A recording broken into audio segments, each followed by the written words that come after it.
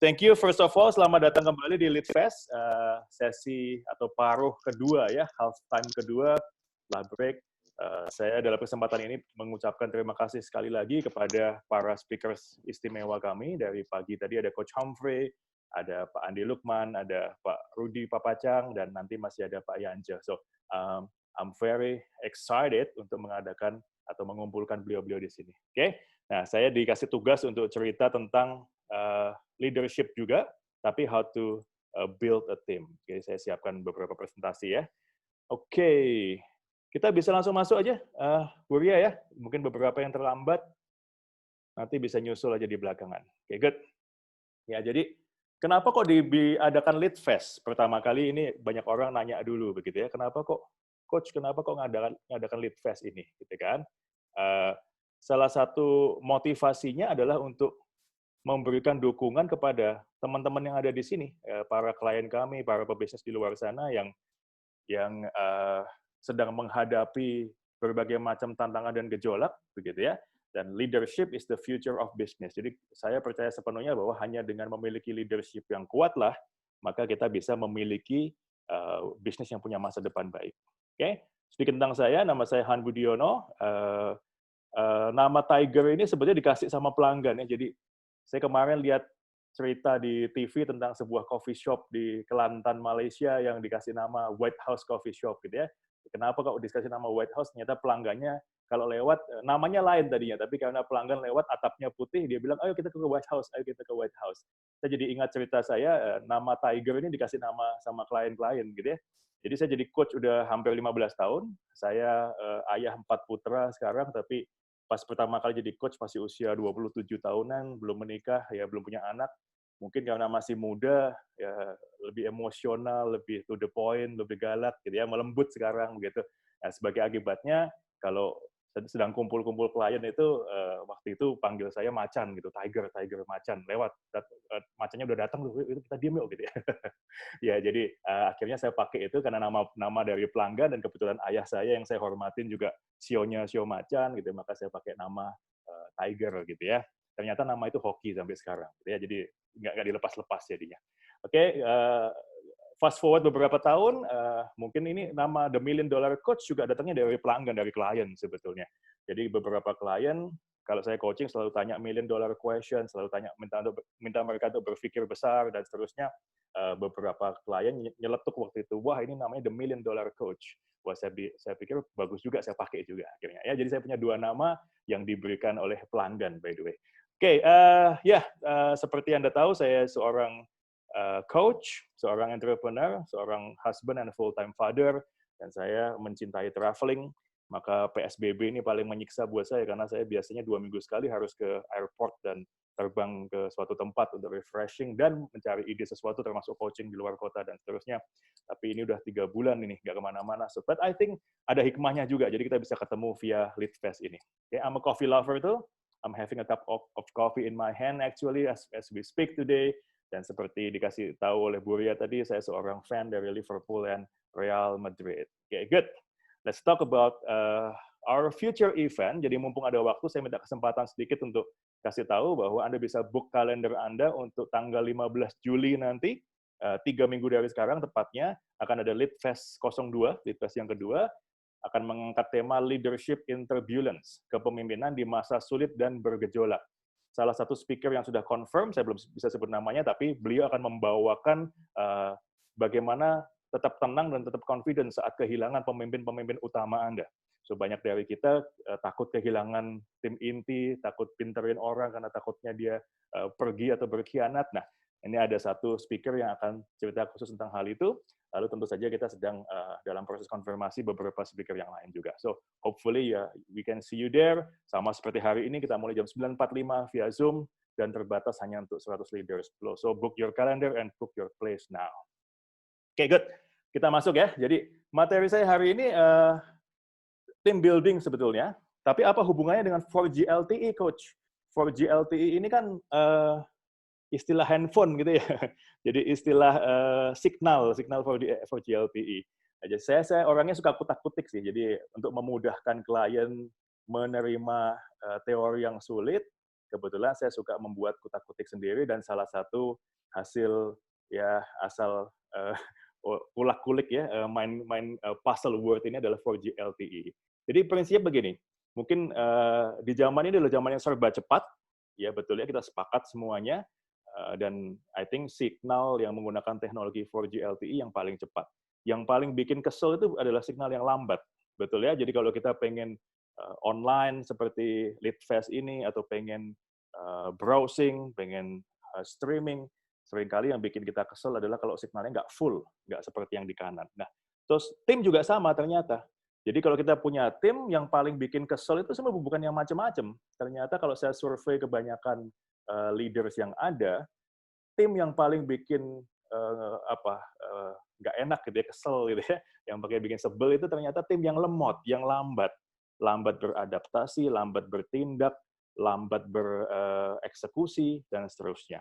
Nah, bagaimana mempercepatnya? Maka signalnya mesti di boost up. Ya, bagaimana supaya tim kita lebih tangkas dan gesit? Maka signalnya dari yang nggak ada signal tadi mesti dipindah ke kanan, gitu ya, mesti yang signalnya penuh sehingga bisa lebih cepat. Nah, itulah kenapa akhirnya ternyata setelah kita coaching ada beberapa prinsip yang saya bisa permainkan kata-katanya dengan semuanya pakai G ternyata. Maka kita sebut sebagai 4G, ada 4G. Jadi ada syarat 4G dan ada LTE adalah aktivitas untuk membangun tim yang baik. Oke, mari kita masuk langsung ke G pertama, gitu ya. Oke, G pertama adalah gratitude. Nah, mungkin zaman 1G, ingat ya, waktu telepon itu masih zaman 1G, sekarang kan udah 4G, bahkan menjelang 5G. Zaman 1G itu adalah telepon analog, ya, yang nggak bisa ngapa-ngapain, analog. Nanti zaman 2G adalah ketika dia bisa telepon dan bisa SMS. Lalu ada zaman 3G ketika sudah bisa telepon, SMS, dan MMS, video singkat atau gambar-gambar singkat. Sekarang zamannya 4G, yang bahkan sudah bisa streaming, nanti apalagi ada 5G. Nah, mari kita mulai dasar dari 4G LTE. Jadi ingat ya, kita bicara ini tentang bagaimana membangun tim yang lebih solid, yang lebih cepat, dan lebih tangkas. Dan ada 4G yang harus diterapkan di situ. Mari kita mulai dari G yang pertama, gratitude, rasa syukur. Coach, kenapa kok ini penting? Bisnis ya bisnis, syukur ya syukur. Ada satu orang leader tanya sama saya begitu. Saya bilang sama beliau, Pak, ternyata bisnis is about head and heart. Jadi bisnis itu memang betul tentang head, tentang isi kepala kita, tentang strategi, skills, tentang tools, tentang bagaimana mengambil pasar, tentang marketing yang tepat bagaimana. Everything about head, logical. Dan itu betul. Dan itu saya juga sering mengatakan kepada klien-klien saya bahwa yes, business is about skills and tools. Tapi at the end of the day, pada akhirnya yang mengaplikasikan atau yang mengelola bisnis kan manusia. Ya, dan manusia ini adalah makhluk yang diciptakan oleh Sang Pencipta dengan satu hak prerogatif, yaitu free will. Ya, hak istimewa untuk free will, kehendak bebas. Ya, jadi meskipun tahu mana betul, mana salah, tapi dia punya kehendak bebas untuk menerapkan atau menolaknya. Ya, jangankan kita sebagai leaders, kadang-kadang yang penciptanya Tuhan aja ditolak gitu ya. Jadi bukan manusia itu nggak tahu ada yang baik, ada yang buruk, tapi ada juga yang melakukan hal-hal yang buruk. Nah, jadi jangankan kita sebagai leaders yang manusia biasa, yang menciptakan dia aja kadang-kadang diingkari. Nah, jadi ternyata manusia memang dibekali dengan free will. Maka ketika bisnis kita mau maju, maka secara head, secara skills, strategi, dan tools mesti mateng, dan itu mungkin lain kali kita bicara tentang business plan dan seterusnya, itu memang harus mateng, nggak bisa nggak. Tapi secara heart, secara hati, itu juga mesti tulus, mesti ikhlas. Nah, kalau kita sebagai leader, apalagi kalau kita sebagai owner-nya, sudah nggak usah ditanya, pasti ikhlas, pasti tulus.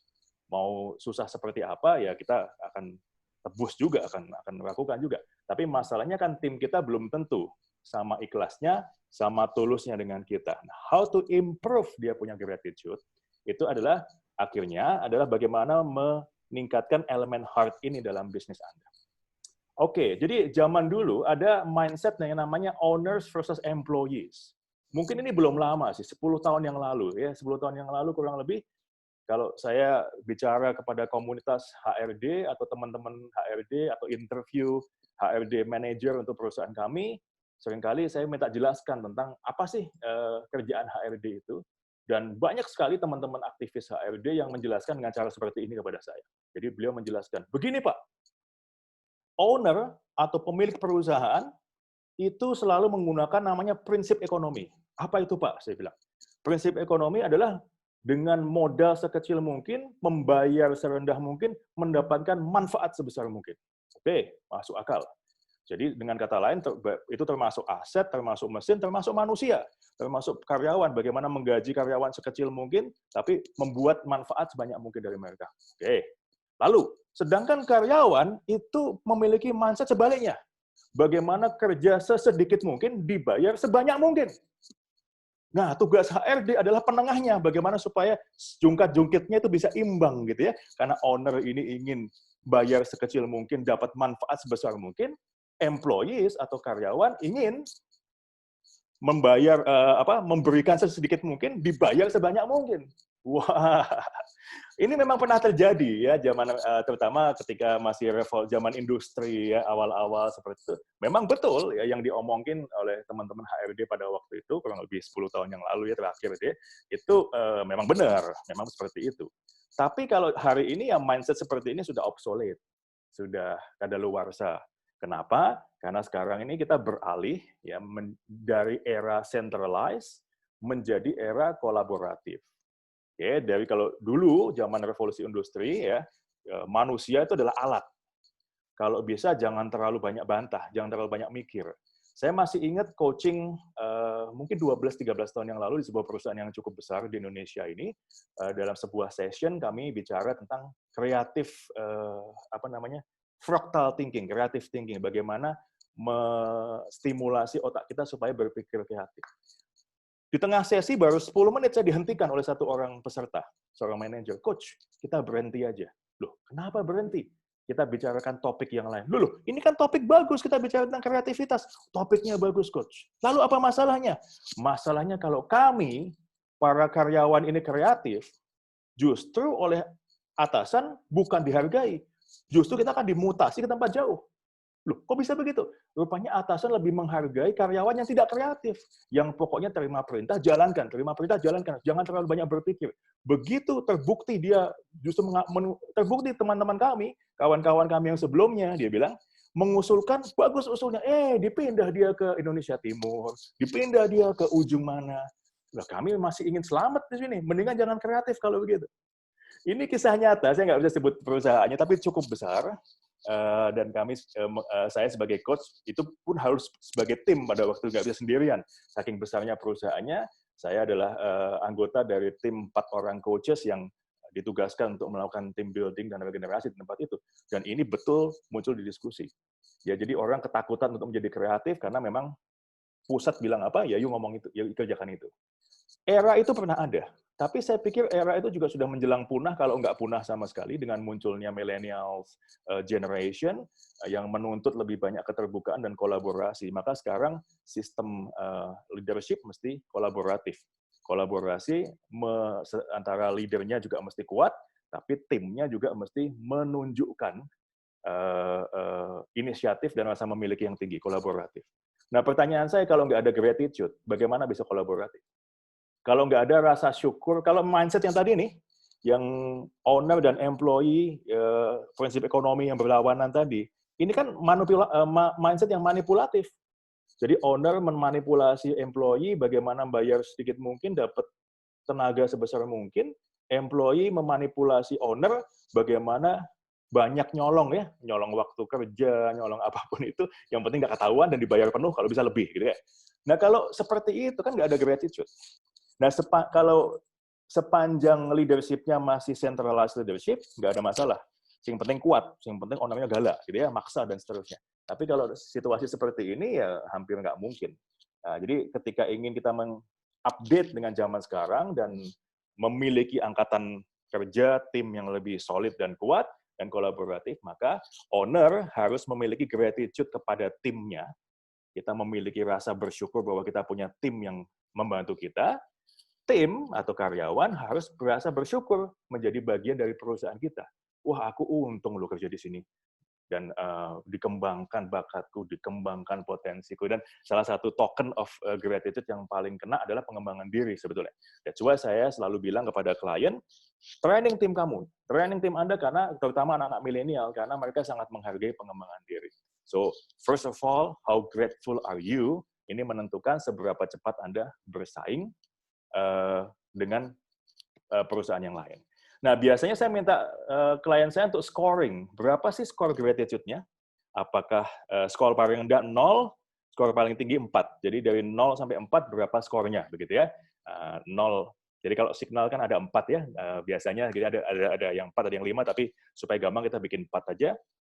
Atau pakai nilai A, B, C, D ya. A itu berarti gratitude-nya 4, B 3, C 2, D 1, kalau 0 ya berarti E atau F, fail gitu ya, gagal. Nah, mungkin sambil utak-utik, coba lihat berapa sih skor gratitude Anda kepada tim Anda, anggaplah nilainya 3, tim Anda kepada Anda mungkin nilainya 2, berarti kalau di rata-rata gratitude di perusahaan kita, di perusahaan Anda, 2,5, misalnya begitu ya. Nanti Anda bisa lebih ini lagi, lebih analyze lagi ketika sudah selesai ini.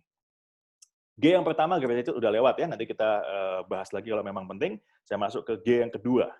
G yang kedua adalah going the extra mile. Jadi seperti kita sama-sama tahu bahwa perusahaan zaman sekarang persaingannya sangat ketat, sangat luar biasa, dan kemudian banyak yang memberikan bonus ini, bonus itu, gitu ya. Nah, supaya perusahaan itu bisa going the extra mile kepada pelanggannya, maka terlebih dahulu kita harus membentuk SDM, angkatan kerja, tim yang mau going the extra mile. Oke, nah di sini yang kita bilang adalah the culture of going the extra mile. Jadi bukan dipaksa untuk going the extra mile, bukan diiming-imingi untuk going the extra mile, tapi extra mile atau menempuh 1 mil lebih jauh, itu adalah sebuah budaya. Jadi orang malu kalau tidak going the extra mile. Kalau diminta untuk pergi 10 mile, dia akan pergi 11 mile, dan itu sebuah way of life, sebuah gaya hidup. Excellence is what you repeatedly do. Thus, excellence is a habit and a way of life. Jadi nggak ada orang yang lahir sebagai excellent people atau excellent leader atau excellent team, itu hampir nggak ada. Yang ada adalah orang yang secara berkesinambungan memberi dirinya, menjatuhkan dirinya kepada habit of going the extra mile, sehingga dia menjadi lebih baik dari hari ke hari. Nah, berarti kan salah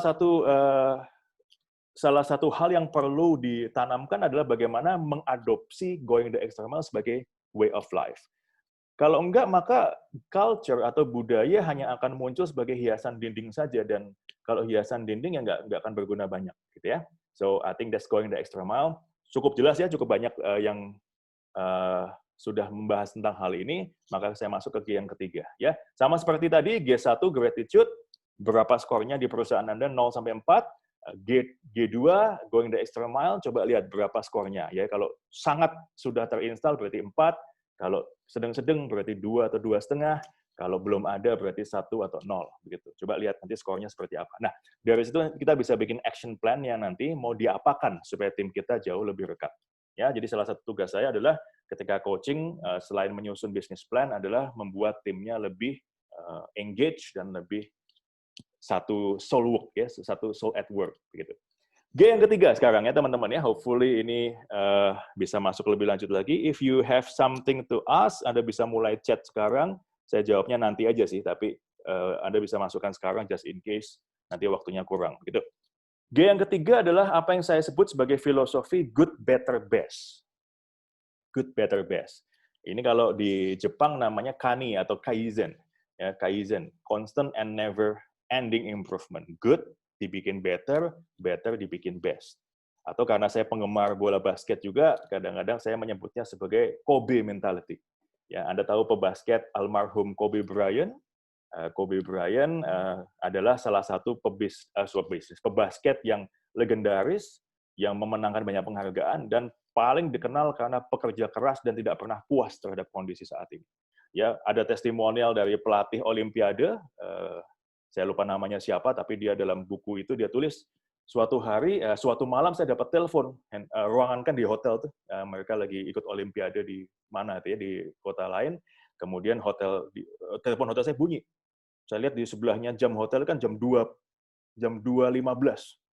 subuh, ya tengah malam jam 2.15 teleponnya bunyi.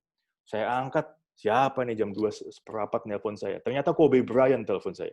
Dia bilang, "Hey man, lu lagi bangun apa tidur?" Ya jelas tidur lah gitu kan. Oke lah, ya sekarang udah terlanjur bangun, mau nggak temenin saya latihan? Kobe ini jam 2 seperempat. Ya kalau nggak mau ya nggak apa-apa sih. Saya mau bilang nggak mau sungkan, ya sudahlah, oke lah, udah terlanjur bangun, aku temenin kamu latihan, kita ketemu di gym 1 jam lagi ya. Oke, good. Jadi jam 2.15 dia telepon trainernya minta ditemenin latihan. Jam 2.15 itu dia siap jalan. Dia bilang saya sampai di gym itu jam 3 pas. Jadi 45 menit dari pas Kobe telepon. Dan ketika saya buka pintunya, saya masuk, Kobe Bryant udah di situ sendirian dan udah keringetan luar biasa. Jadi dia udah mulai, saya tanya, "Loh, kamu tadi jam berapa?" "Ya, saya telepon kamu, saya udah latihan sih, saya bosan aja sendirian. Kalau you lagi bangun, kamu temenin saya." Saya bilang, "Loh, saya nggak bangun, kamu dibangunin sama kamu." Oke, tapi intinya akhirnya mereka berlatih sampai jam 5, ya, kemudian berdua, latihan push up segala macam, pulang, breakfast sebentar, mandi sebentar, 6:30 udah kumpul lagi dengan tim yang lain. Anda bisa bayangkan. Nah, dedikasi untuk seperti ini, kenapa? Karena Kobe Bryant bilang, dalam sebuah cerita yang lain, dia bilang, "Sejak umur 13 tahun, saya sudah terobsesi menjadi pemain basket terbaik di dunia. Sejak umur 13 tahun, saya sudah memutuskan untuk hal itu, maka sepanjang hari pembicaraan saya adalah tentang basket, tentang ngobrol sama orang yang tanya tentang siapa yang lebih baik dari saya, tak ajak ngomong, saya tanya apa yang lebih baik, saya ajak tanding, saya minta dia ngajarin saya tips dan triknya." Jadi pada waktu dia high school, di SMA tuh dia nomor 56, ada urutannya. Sorry, 57. Berarti ada 56 orang yang lebih baik daripada saya. Saya temuin satu persatu, saya tanya, saya ajak tanding, saya tanya, kemudian saya minta dia ngajarin saya, sampai saya jadi nomor 1. Nah, obsesi inilah membuatnya dia menjadi pemain terbaik di dunia. Nah, good, better, best adalah mentalitas terobsesi secara positif. Ada satu kalimat yang saya suka dari, I think dari Grant Cardone yang mengatakan, ada satu bukunya dia tulis, "Be obsessed or be average." Jadi orang yang terobsesi atas perfection, atas excellence, atas good, better, best, jadi tiap hari itu obsessed, atau be average. Nah, tim kita obsessed atau average? Kalau perusahaan Anda di bidang, katakanlah rumah makan, tim Anda obsessed nggak memberikan value yang paling baik kepada pelanggan Anda?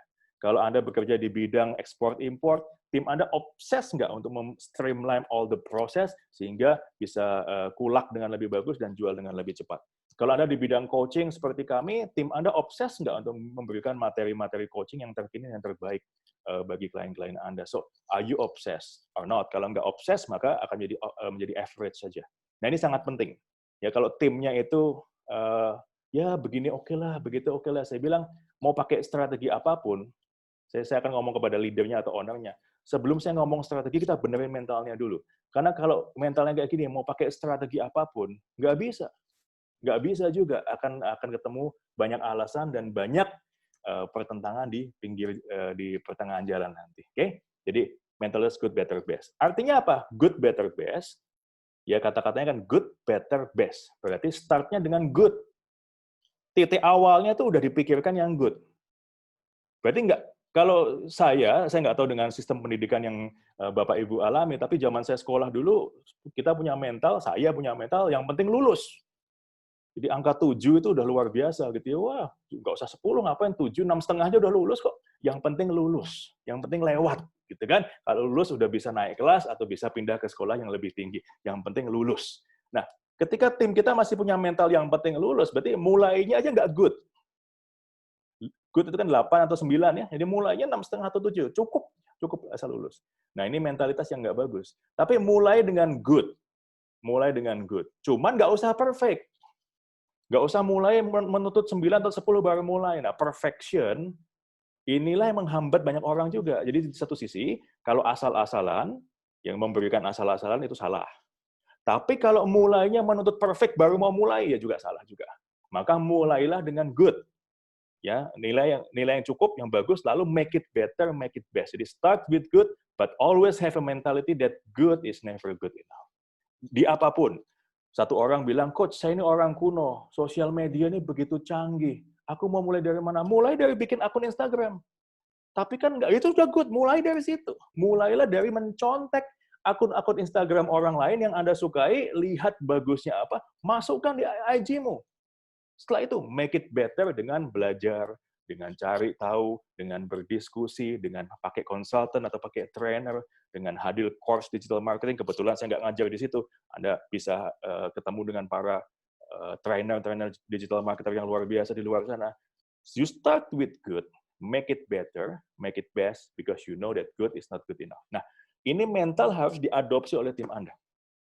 Di beberapa vlog saya pernah bilang di awal COVID, 3 bulan yang lalu, bahwa saat krisis kita mesti bikin tim kita di fighting mode.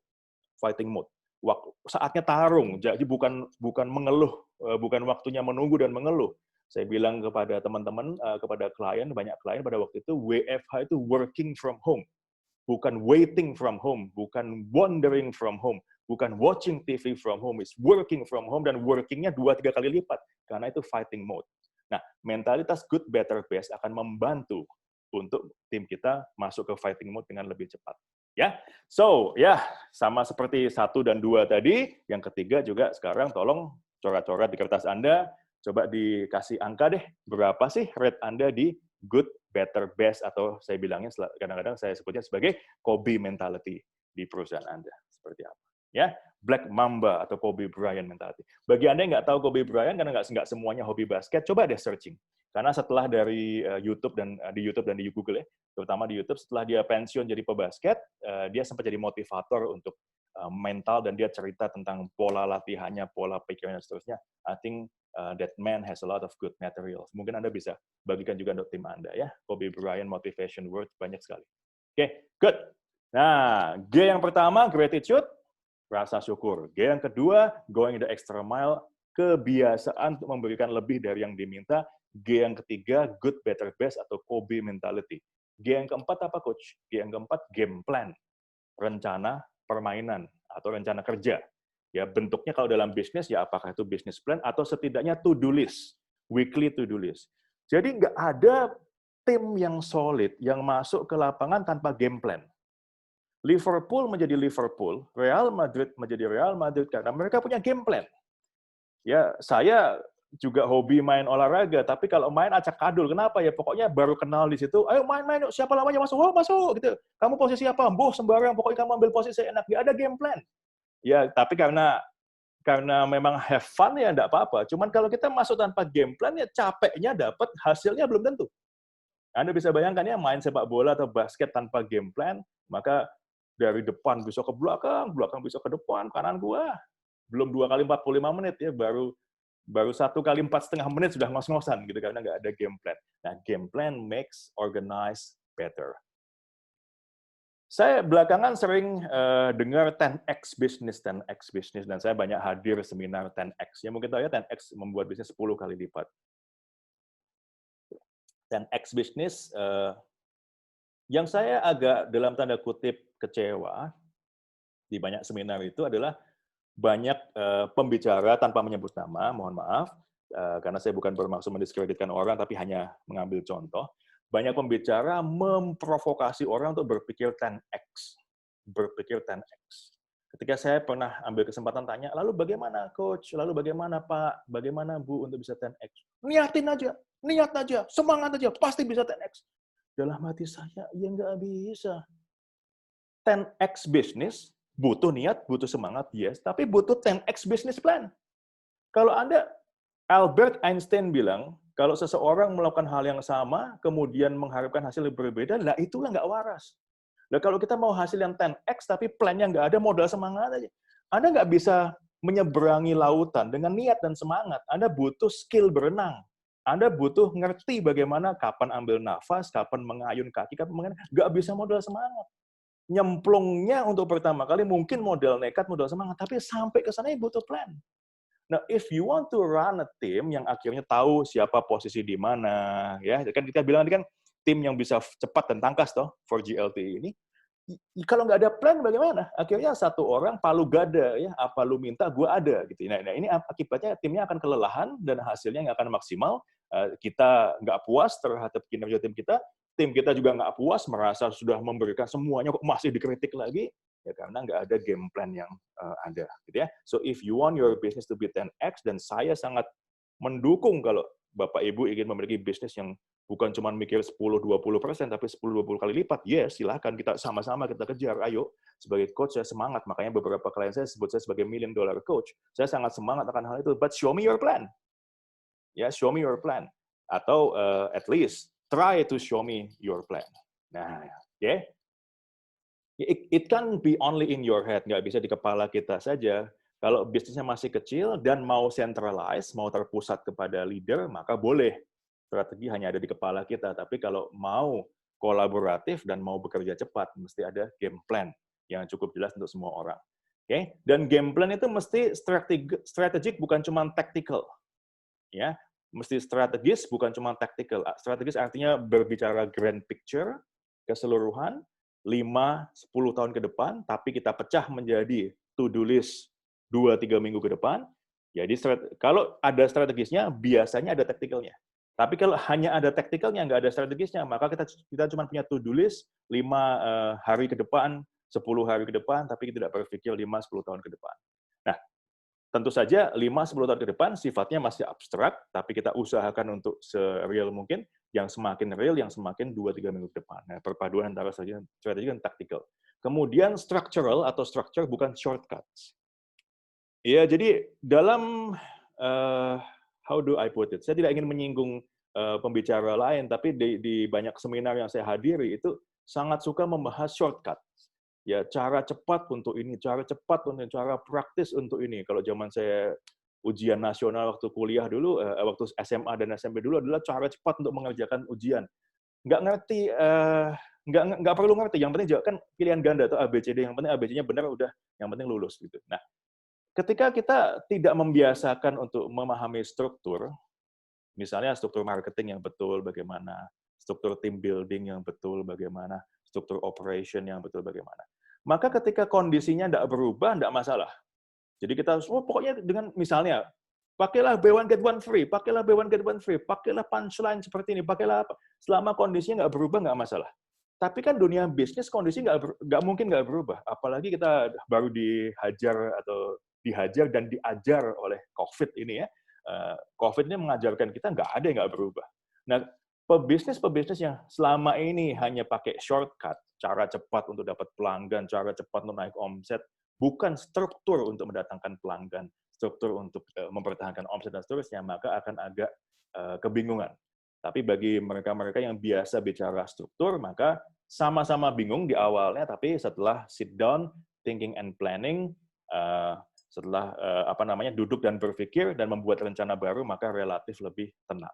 Nah, ini G yang keempat ya, 4G, tadi gratitude, kemudian going the extra mile, good, better, best, dan terakhir game plan. Oke? Dan nah ini seperti tadi ya, tolong di-score G1, G2, G3, G4-nya berapa. Nah, biasanya kalau waktunya banyak, saya akan bikin action plan untuk meningkatkan G-nya 1, misalnya dari 3 ke 4 bagaimana, kalau ini skornya 2 ke 3 bagaimana, dan seterusnya. Jadi kita mengerjakan planning dari situ. Nah, itu kan 4G-nya. Lalu LTI-nya apa, Coach? LTI-nya adalah leadership, nih lihat yang merah ya, leadership, training, engagement. Jadi supaya untuk meningkatkan skor 4G Anda, maka menggunakan LTI. Anda mesti ngerti leadership, training, dan engagement. Karena waktunya singkat, kalau leadership udah banyak yang bicara hari ini ya, engagement mungkin waktunya nggak banyak, saya akan bicara training. Jadi sebuah perusahaan yang tidak membiasakan untuk training timnya, ya nggak akan bisa memiliki 4G LTI yang bagus.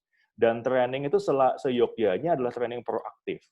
Jadi banyak perusahaan yang saya ketemui itu tidak memiliki training, dan kalaupun ada training, trainingnya reaktif. Apa yang dimaksud training reaktif? Sudah terjadi masalah, baru ada training.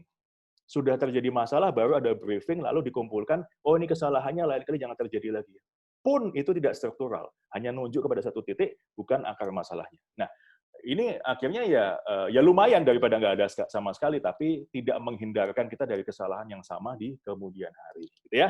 Oke, good. Nah, ini kan zamannya, ini ya 4G LTI, kalau Anda mau screenshot yang ini boleh, lalu nanti di tim Anda bisa terapkan LTI untuk meningkatkan gratitude, going extra mile, good, better, plan, dan game plan. Oke.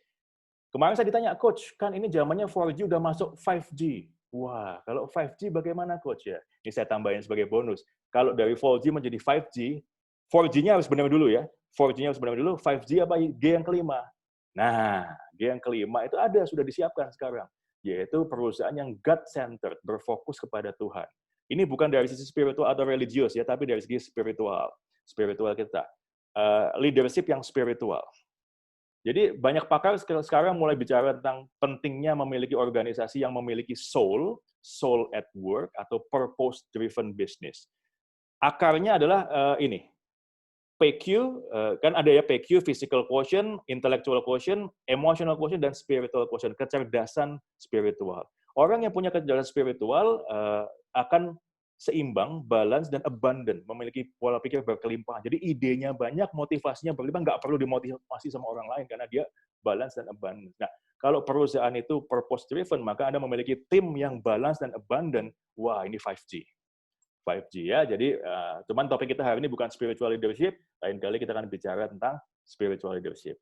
Alright, ya demikian dari saya. Hopefully saya memang agak ngebut hari ini. Hopefully ini tidak membuat Anda bosan, tapi membuat Anda punya ide. Ya, sebentar lagi saya kembalikan kepada Bu Ria selaku moderator. Thank you very much. Hopefully this is useful. Silakan Bu Ria.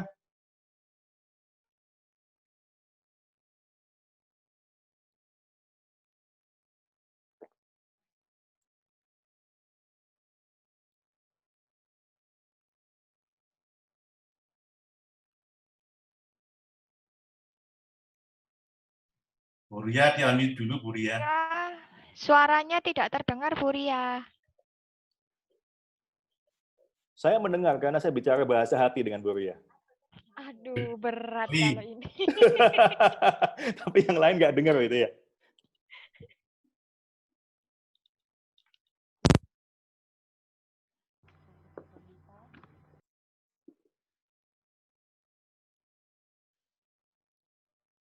Alright. Oke, mungkin sambil Bu Ria berjuang menemukan tombolnya, ini mungkin ketahuan nih laptopnya pinjaman ya Bu. Oke. Halo, Coach Chan. Ya. Oke, silakan Bu. Ya. Saya koreksi, bukan pinjaman loh, Coach, punya sendiri. Oh, punya sendiri. Baru beli berarti ya, belum familiar.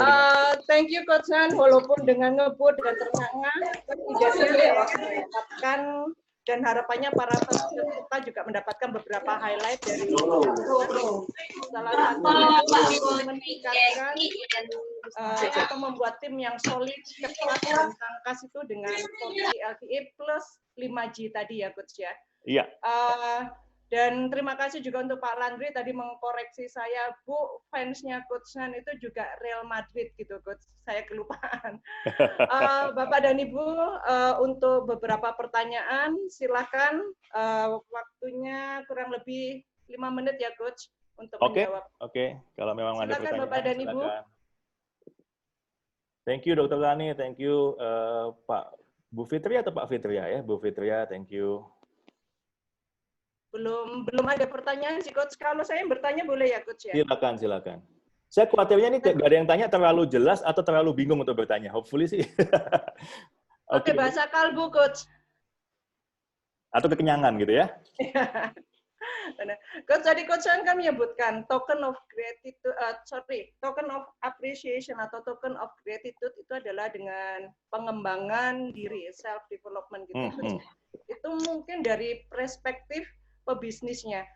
Bagaimana kita mengalainkan perspektif dari pebisnisnya, pengembangan diri itu adalah token of gratitude kepada para timnya gitu, Coach. Jadi mereka tahu pengembangan diri itu sebagai bentuk apresiasi kita. Suka nggak suka begini, karena kan sekarang kita mulai bicara tentang generasi pemimpin milenial, ya bukan penonton lagi milenial, tapi sudah masuk sebagai pemimpin dalam dunia bisnis. Oke? Dan bagi teman-teman milenial itu salah satu, nanti lain kali kalau kita bicara milenial saya bisa bicara lebih lengkap ya. Tapi salah satu yang dicari dalam bekerja itu Bu, selain gaji tentu saja penghasilan adalah pengembangan diri.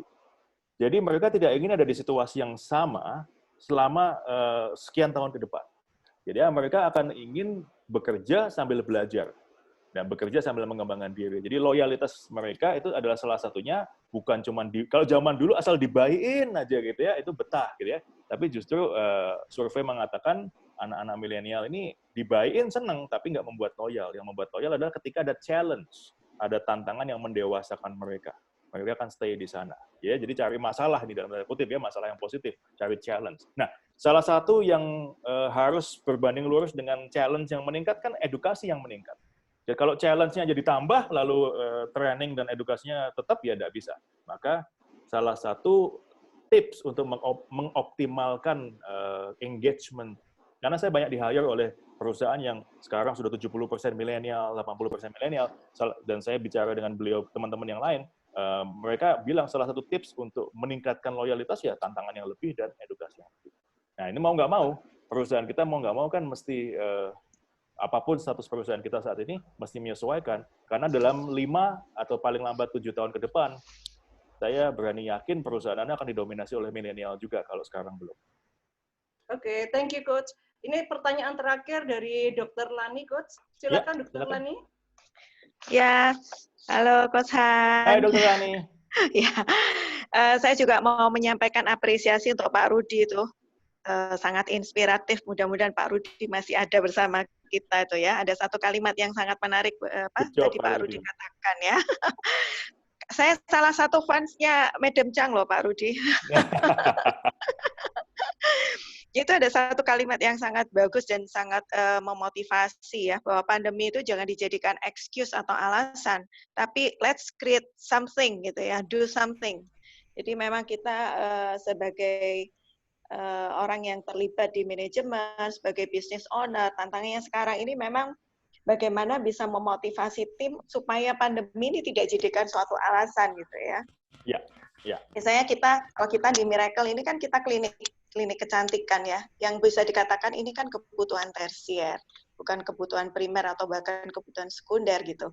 Sehingga saat ini terus terang aja pasien-pasien kita ya atau pelanggan kita ini kan dia takut gitu ya, atau hesitate datang ke klinik karena nanti takut perawatan butuh waktu lama, takut tertular dan sebagainya. Nah, ini adalah challenge terbesar kita gitu. Bagaimana meyakinkan pelanggan untuk mau datang atau tetap membeli produk ataupun servis kita. Nah, yang seringkali tim ini kan merasa bahwa pandemi ini adalah suatu excuse gitu ya. Di dalam menghadapi tantangan ini. Tapi tadi satu kalimatnya Pak Rudi itu sangat bagus gitu dan memotivasi. Berarti meeting selanjutnya perlu dengan snacknya Madam Chang nih dok ini. Pentolnya Madam Chang ya. Penting. Nanti lain kali kita training dengan pentolnya Madam Chang, oke? Iya itu loh Pak Rudi ditagih tuh Pak Rudi, Coach Han yang minta bukan saya. Nah ini ke Coach Han nih, ke Coach Han. Ya silakan dok. Tadi ada satu kalimat Pak Coach Han tuh. Put our team on the fighting mode nih. Saya pengen Coach Han sharing nih, fighting mode-nya ini bagaimana nih? Mungkin nanti kalau lebih lengkap mungkin bisa tanya Bu Ria dan timnya bagaimana kita bicara fighting mode. Tapi gitu ya. Tapi intinya begini, dalam situasi yang luar biasa, nggak bisa santai, itu kita tentu sepakat. Maka kita nggak bisa dalam situasi yang standar-standar saja. Ya, situasi yang kalau bahasa Jawanya itu kedandapan gitu, itu wajib. Panik tapi panik yang positif. Nah, panik yang positif atau kepo kedandapan itu kan kita terjemahkan dalam lebih produktif sebagai fighting mode. Ya, siap perang, siap tarung. Kalau orang siap tarung itu kan lain. Ya, jadi ketika ada masalah, kalau orang yang tidak siap perang, dia akan bilang, aduh, kapan sih PSBB dibuka? Aduh, ini apa segala macam. Dia lain. Tapi ketika dia siap tarung, dia akan bilang, PSBB belum dibuka loh. Gimana kita bisa mengalahkannya? Bagaimana kita bisa tetap meningkatin omset? Bagaimana kita bisa tetap berkoneksi dengan baik dengan pelanggan? Jadi kalau dalam bahasanya Pak Rudi tadi, bagaimana tetap bisa do something meskipun banyak yang nggak, ya banyak yang ini nggak bisa, itu nggak bisa, ini nggak bisa, tapi we can still do something. Nah, I think filosofi dari fighting mode adalah siap tempur menghadapi lawan yang ada ataupun lawan yang nggak kelihatan. Kurang lebih begitu, Bu Dokter. Iya, thank you Coach Han. You're Semoga welcome. cukup memuaskan jawabannya, Dokter Lana.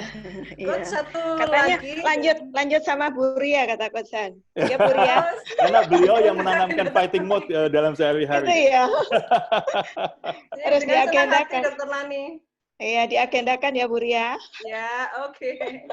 Coach, satu lagi, dan mohon maaf ke Pak Yonca agak molor sedikit, nggak apa-apa ya Coach ya? Mungkin agak cepat aja ya, karena ya. kita pengen on time selesainya juga. Benar, ya. Coach, sebelum mengajar dari Pak Emmanuel, sebelum mengajarkan 4G itu, kan mereka, para pebisnis juga masih belajar bagaimana caranya sebagai pemimpin harus punya itu dulu gitu, karena mereka juga masih dalam proses belajar. Iya, itulah kenapa Anda mesti punya coach, Pak Emmanuel. Benar sekali, Coach. Saya bilang, that's my job. That's my job as a coach to make people punya 4G dan LTE-nya. Tapi oke, coach-nya nggak mesti saya. Ya, I'm the best, tapi kalau ada mau yang lain juga nggak apa-apa gitu ya. Artinya mesti belajar, kan nggak ada orang lahir dengan 4G yang penuh. Ya, gratitude. Orang mesti belajar untuk merasa bersyukur. Saya terus terang, waktu saya masih muda nggak bersyukur. Sudah dikasih masih ngatain gitu ya. Kepada orang tua misalnya udah dikasih mobil, masih bilang mobilnya kok jelek amat. Udah dikasih kok. Masih bilang mobilnya kurang bagus kan begitu kan. Jadi kita semua, termasuk saya, lahir dengan gratitude yang kurang. Kemudian going the extra mile yang kurang. Ya kalau bisa, kan ada pepatah tuh, kalau bisa ditunda sampai besok ngapain dikerjakan hari ini. Nah itu pepatah saya pada waktu itu kan begitu. Kemudian good, better, best. Ya, saya sudah cerita tadi waktu sekolah saya asal lulus, pokoknya angka 7, angka 6,5 yang penting lulus, begitu kan. Kemudian apalagi game plan, punya game plan ya nggak ada. Jadi saya pikir Anda dan saya semua sama. Mungkin ada yang lebih disiplin bawaan lahir sedikit ketimbang yang lain, tapi nggak bisa perfect. Jadi kita yang mesti belajar dan menempa diri. Dan salah satunya ya tadi selain punya coach, kemudian belajar dan punya komunitas yang memang membentuk 4G LTE-nya dengan baik. Karena kalau kita disiplin, di tengah-tengah orang nggak disiplin, akan dibilang, gaya amat sih lo, gitu, mau cari perhatian ya, soal disiplin ya. Justru kan akhirnya jadi kita malu sendiri dan nggak jadi untuk memperbaiki diri. Begitu ya. So, mungkin secara cepat seperti itu, lain kali kalau ada waktu saya jawab lagi dengan lebih detailnya, gitu ya Pak Emmanuel. Mungkin udah waktunya ke Pak Yance sekarang, Pak. Oke, terima kasih Coach Han. Untuk Bapak dan Ibu, jika ada pertanyaan lebih lanjut, bisa japri ke panitia. Dan highlight saya yang terakhir tadi menggarisbawahi Coach Han, punya coach untuk mendapatkan 4G LTE, gitu ya Coach ya. Luar biasa. Paling penting yang itu. Ya. Terima kasih Coach Han dan Bapak Ibu. Untuk lanjut ke sesi berikutnya dengan Bapak Yance Wongso, saya kembalikan dulu ke Mbak Anissa. Dan terima kasih. Salam the next level.